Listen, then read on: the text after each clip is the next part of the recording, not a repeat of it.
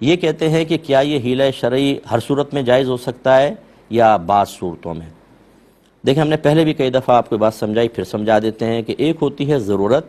ایک حاجت، ایک منفعت اور ایک چیز زینت۔ ضرورت وہ چیزیں ہوتی ہیں کہ جس کے بغیر ہم ہلاک ہی ہو جائیں گے۔ حاجت ہماری وہ چیزیں کہلاتی ہیں، وہ اشیاء ہیں کہ جن کے بغیر ہلاک تو نہیں ہوں گے لیکن زندگی گزارنا انتہائی دشوار ہو جائے گا۔ منفعت وہ ہوتی ہیں کہ جس کے بغیر ہمارا گزارا بھی ہو سکتا ہے، کوئی مشقت نہیں، نہ ہم ہلاک ہوں گے۔ اور زینت تو اس سے بھی کم درجے کی ہوتی ہے کہ اس میں کوئی نفع کا بھی معاملہ نہیں ہوتا۔ تو لہٰذا ضرورت میں جیسے ہمارا کھانا پینا مطلقاً مکان کرائے کا ہو یا ویسا مکان اپنا ہو، کم از کم کوئی سر چھپانے کی جگہ تو، ورنہ تو ہلاکت یقینی ہے،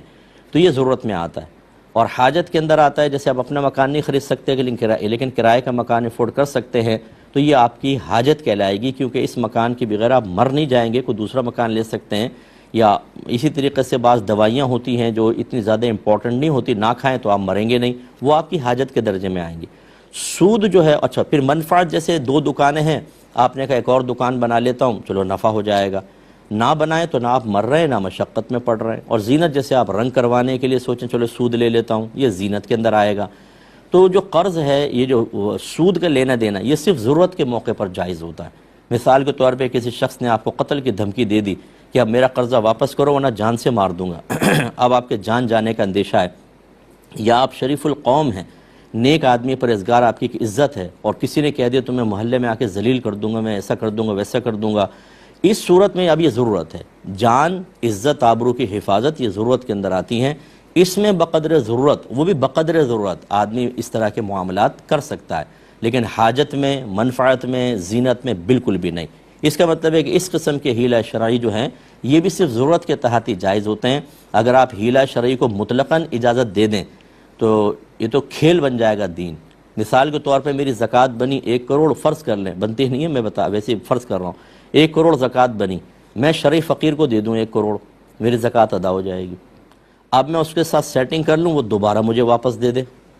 دیکھیں ہو گیا حیلہ شرعی سے ایسا کر سکتے ہیں، زکوٰۃ دی واپس لے لی۔ لیکن کیا یہ زکوٰۃ اس طریقے سے ہم اگر واپس لے لیتے ہیں جو ہیلے کے اعتبار سے تو صحیح ہے، لیکن کیا اللہ تعالیٰ کی بارگاہ سے انسان بچ سکے گا؟ یہ وہی بنی اسرائیلیوں والا معاملہ ہو گیا کہ ہفتے کے دن شکار سے منع کیا تھا، انہوں نے جمعے کے دن نالیاں بنا کے گڑھے بنا دیتے تھے، اس میں مچھلیاں آ جاتی تھی اور رات کو بند کر دیا کرتے تھے، ہفتے کے دن آتا پکڑتے نہیں تھے،